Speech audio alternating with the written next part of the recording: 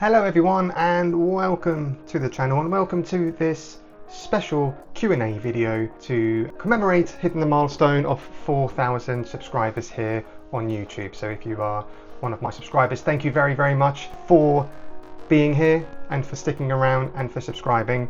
And if you're new here, please feel free, hit that subscribe button. Join the journey. If you are new here, I'm Tim and I vlog trips I go on, and over the past couple of years I've kind of tried to niche down a little bit rather than recording everything. If you've been here a while, you know this used to be a two-person channel. It's kind of gone down to one, maybe one and a half. Matt's still here, he's still around. So to kind of balance things out between vlogging trips and us having holidays, I've tried to keep it to specific areas such as Las Vegas, theme parks, although focus more on kind of Disney and Universal, and also cruises, which is a very new thing. Matt's yet to be on one, but we have got some booked. I'll go into that later on. So these questions are going to be focused mainly around, there's about 20-ish, mainly around Disney and Vegas, and then there's some flight related ones and other bits thrown in there as well. So cracking on, question one is,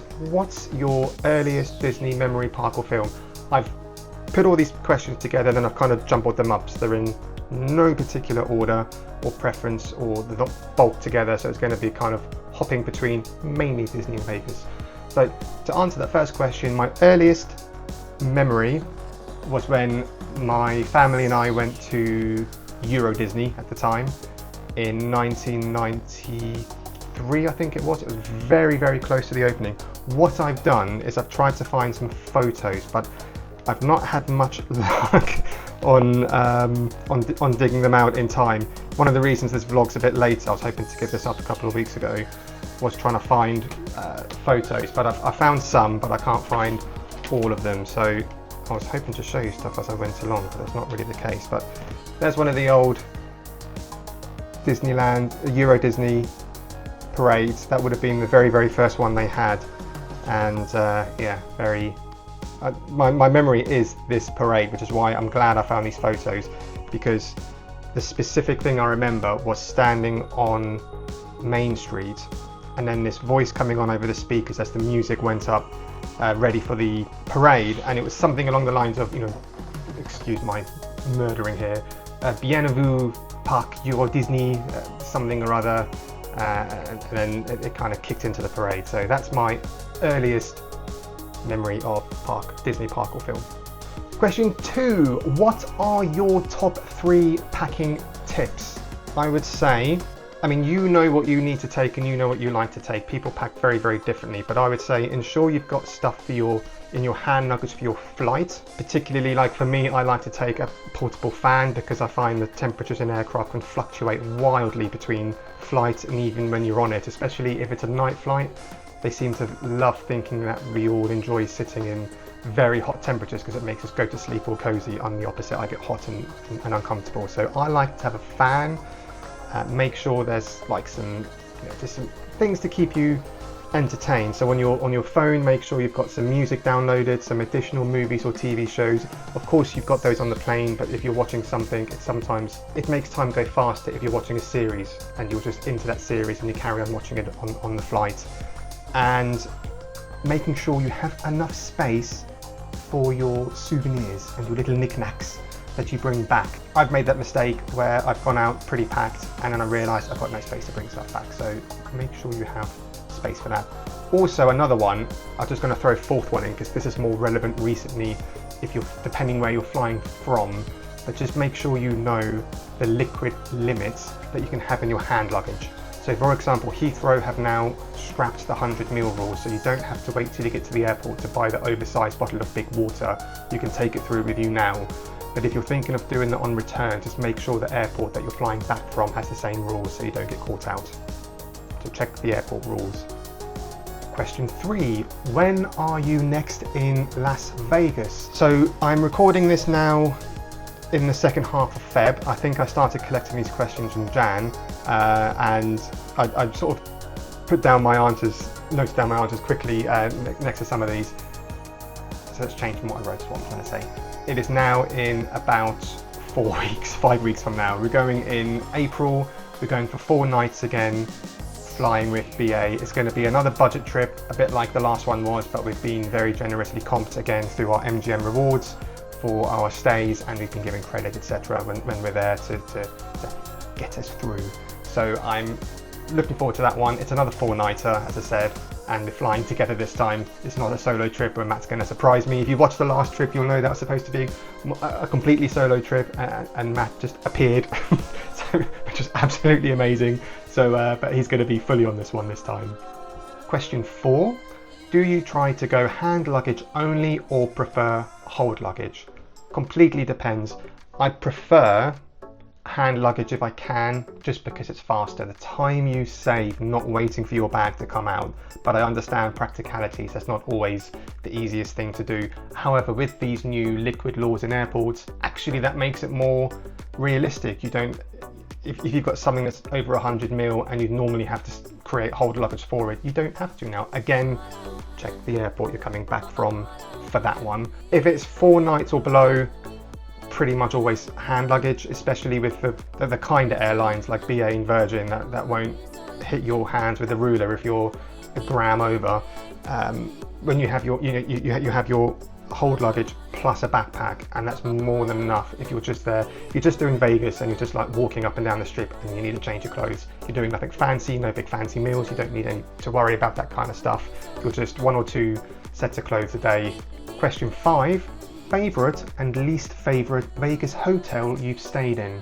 That's, I know when you have a least favorite, it doesn't mean you hate it, it doesn't mean you don't like it. It just, when you have a preferred, someone has to come bottom. And I think, you know, when we first went to Vegas, the first place we stayed in was MGM Grand, so that place always had a special kind of place for us. That's also now become one of the worst places we've stayed in, so it kind of changes. And I'm talking about, if you know Vegas, you know, late at night when it is quiet and you've got the hookers walking around and they just bother you, MGM Grand's the only place we've had in where they've gotten confrontational, let's say, when we've said no thank you. Favourite places I've stayed, there's a few years ago when Matt and I went with our friend Gary and we got comped that enormous 2-bedroom suite in Mandalay Bay, and this was a period when Mandalay Bay was an absolute favourite anyway. We preferred the end of, we like resorts where you can go back to in the evening and it's quieter,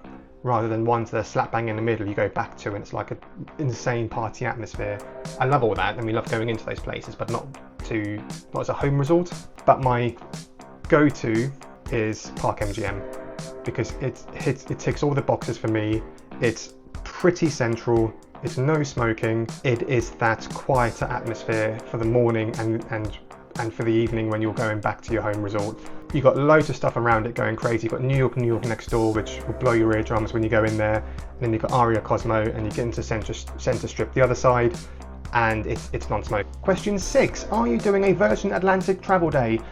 No, only because all the flights currently booked bar one are with BA, because we have all the 2-for-1s we're using with British Airways. However, if or when a holiday or trip comes up with Virgin, yes, there will be a travel day. I always try and do the travel days. It's actually Matt that got me into those, got me into watching them, which made me enjoy filming them. We have a trip to New York that's not going to be vlogged, but that is with Virgin, and I will do a just normal flight review video for that one.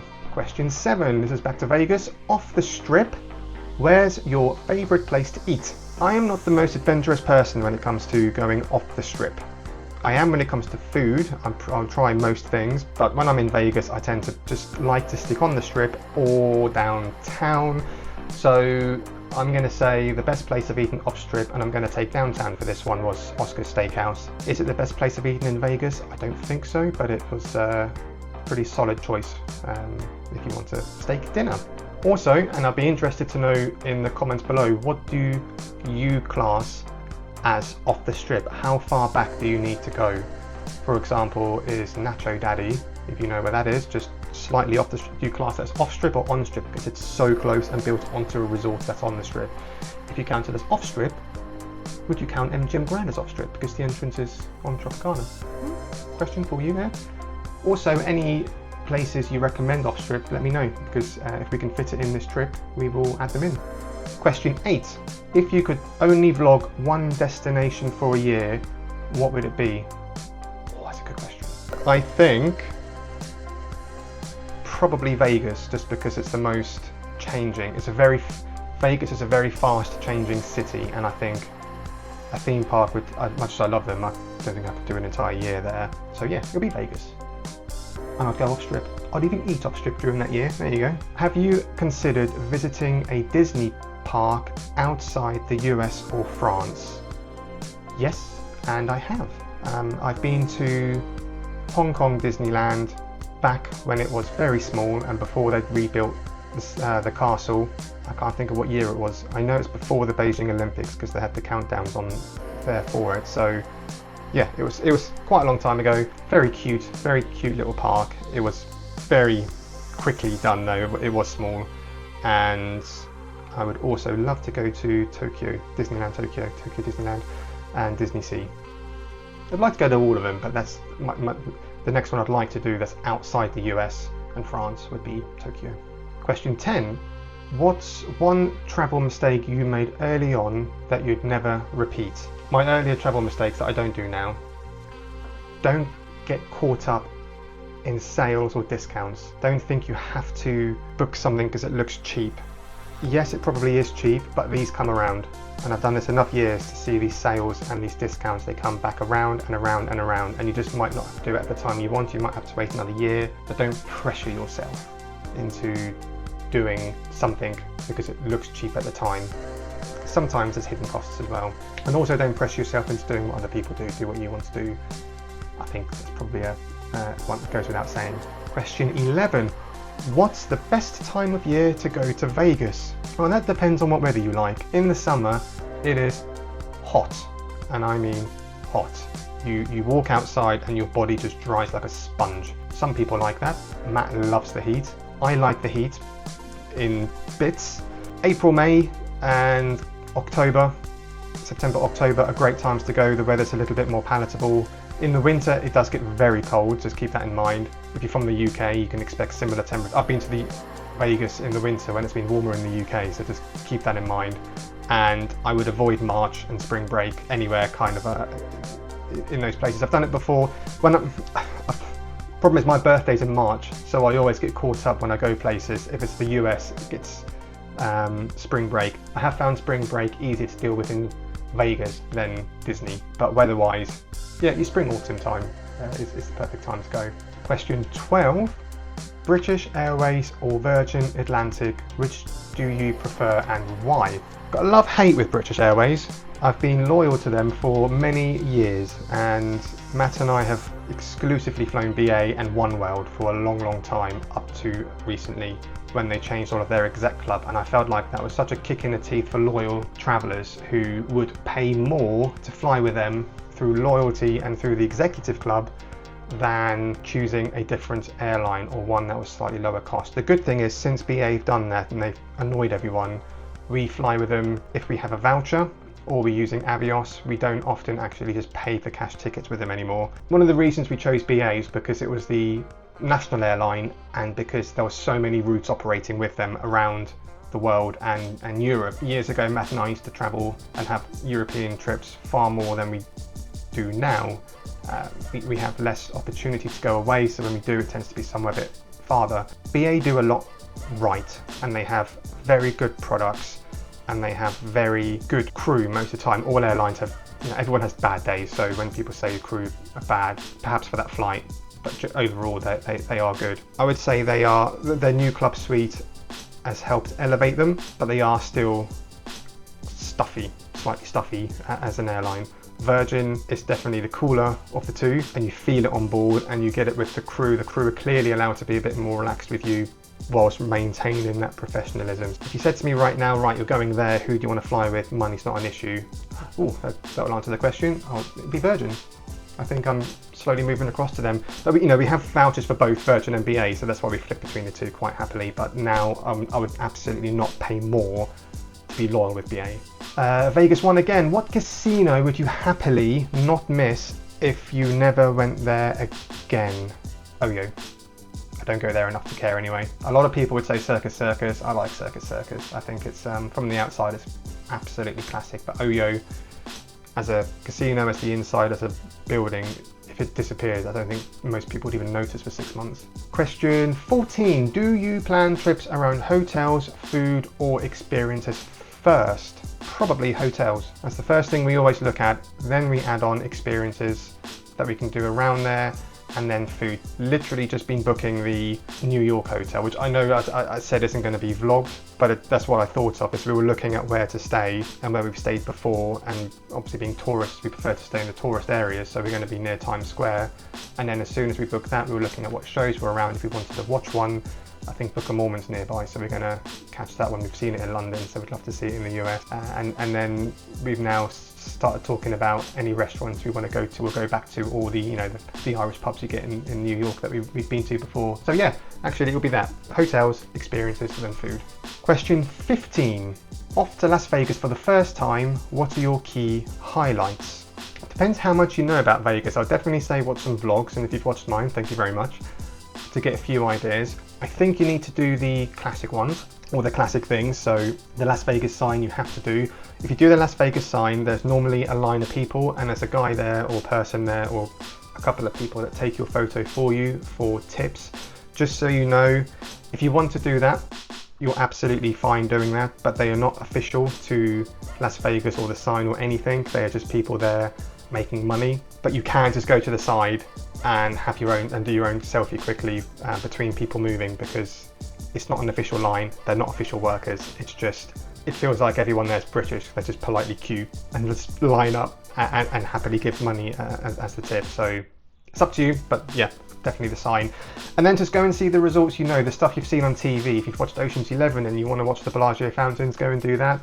Go into the big resorts, be blown away. Caesar's Palace, walk through there and realise that you have no idea how to go back to where you started, because it is that big. And the shops in Caesar's, the Venetian, the canals, watch the boats going around. Go downtown if you love having something completely different and seeing kind of the original Vegas in terms of how close it was. Obviously it's just a huge tourist destination now with the light show going over the top, and just enjoy yourself. You know, don't be afraid to try new things. If gambling isn't your thing, give it a go anyway. Just throw a few dollars in the machine, have a bit of fun. You're in Vegas, but don't feel pressured to. I know plenty of people who have been to Vegas and it wasn't for them, or they've been back, but they've never gambled each time, because that's not for them. Gambling is no longer the biggest revenue drive for Vegas. There's plenty of shows. Try and get one or at least one show in, or if you get two, maybe a comedian or like a Cirque du Soleil show. They're the classic Vegas things. There's always headliners on places, so have a look at shows.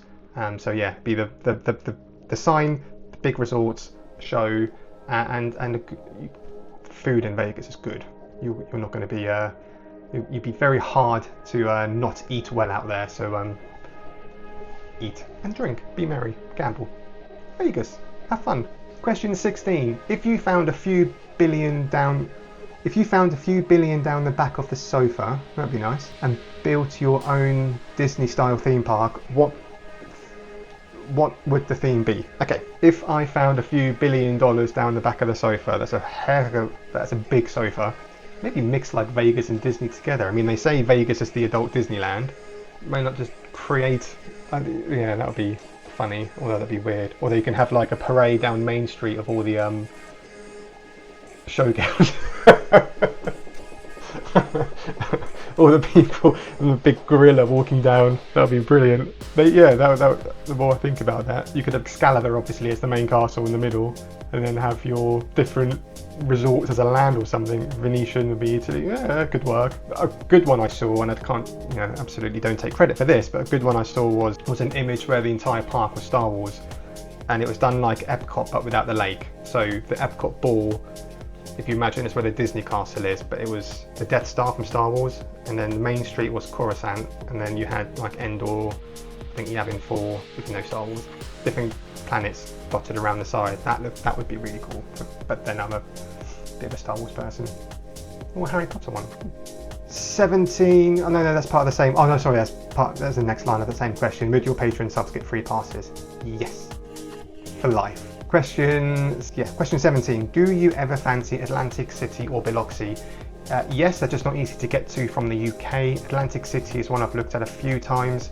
Every time we go to Boston or New York, we look at if we can get down there easily, and it adds too much on.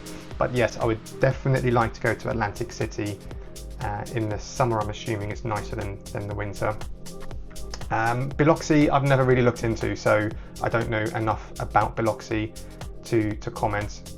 If you could tell me in the comments about Biloxi, and tell me how it's different to Atlantic City, and if Atlantic City is still even worth going to. I keep hearing things where it's doing well or not so well. Question 18. What's the one non-travel thing people would be surprised to know about you?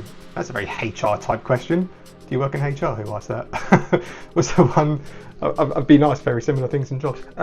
What's the one non-travel thing people would be surprised to know about you? Much to Matt's frustration, into my Lego, and I have lots of big sets that are just waiting to be built. If you follow me on Instagram, that's probably not going to be, I'm sure I've shown it on there before. I'm just looking around. I've got like the Mighty Bowser up there, Disney Castle, Paris, Pixar lamp, and this room has the least amount in. Sorry, Matt. Although he's just started building his first set, the Enterprise. Finally got something he's interested in. So I guess I get a free pass now. I'm going to say that. Question 19. Which Disney park do you think is the most overrated? Again, that's kind of like the thing with the Vegas ones, where it feels bad almost putting someone at the bottom, but in order to have someone at the top, you have to have someone at the bottom or something.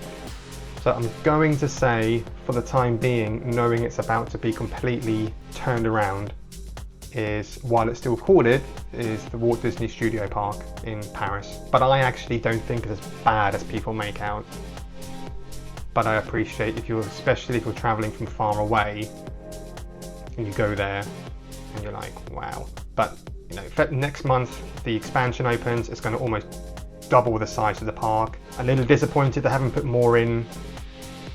I think people are going to be, I'll be interested how people react to it. I think for the amount of time, I mean it's Disney, so classically it's going to take a long time, but the amount of space as well and how big it is, and to have what they put in there, I feel like it could have done with at least another worthwhile ride. The Frozen Ever After is going to be amazing, but everything else, you know, you've got a Teacups clone and then an amusement circus ride almost, you know, the chairs that swing around that you get at fun fairs. It's, yeah, I've got a feeling it's going to make the park a lot better, but I think it's still going to continue to be not very well received. We'll see. I'm happy to be wrong. Maybe when the Lion King Land opens, that will really bring it up. Question 20. What's been your most memorable Vegas trip? I really enjoyed New Year's Eve there. And I think that was also when I got my first Vegas hand pay. I think it was that trip. Or was it a different one I got the hand pay? No, I think the hand pay was when I absolutely destroyed my liver. But the New Year's one was really nice. It was really special to stand on the strip, somewhere you can never go, you know. So it's very cool to do that, especially in Vegas, because you're normally on bridges, which you're not allowed to stop on anymore either. And it wasn't raining, it was cold, but then you had the fireworks, and even though you had the countdown, that might think.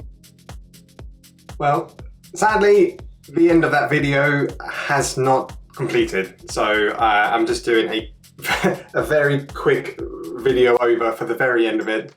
Whilst I am editing it. So luckily it was at the end, it all went wrong. I didn't realise at the time of recording, so I'm sorry for having to do this, but the last question was a fun quick one, and it was just asking when Winnie's next holiday is. And if you follow me on Instagram, you would have seen, I expect at some point, Winnie, who's my dog, my little Cocker Spaniel, and the answer to that is an easy one. Whenever myself and Matt go away, Winnie has a little holiday, so her next holiday is the same time as ours, which is April. Other than that, thank you so much for watching this Q&A. Thank you for putting the questions through, and thank you for being here, for being a subscriber, for hitting that 4K together. Still can't believe it, so just thank you very, very much. I suppose now that means we're on the road to 5,000, and when we get to 5,000, I will actually have a giveaway of some sort. I need to start thinking about what to do for that. But that's a long way off. I'd love to reach it this year. I'm not sure that's realistic. Maybe it is. If you're not subscribed, please do. Let's get that to 5,000. And don't forget, you can follow me on Instagram as well. QR code, everything's in the description below. QR code on screen, you can scan through. And the name, and you can also become a patron. There is also a free option if you just want to sign up to that, and then if there's anything you see on there you like, you can jump on from there. But yeah, thank you so much, thank you for watching, and I will see you in the next video. Bye for now.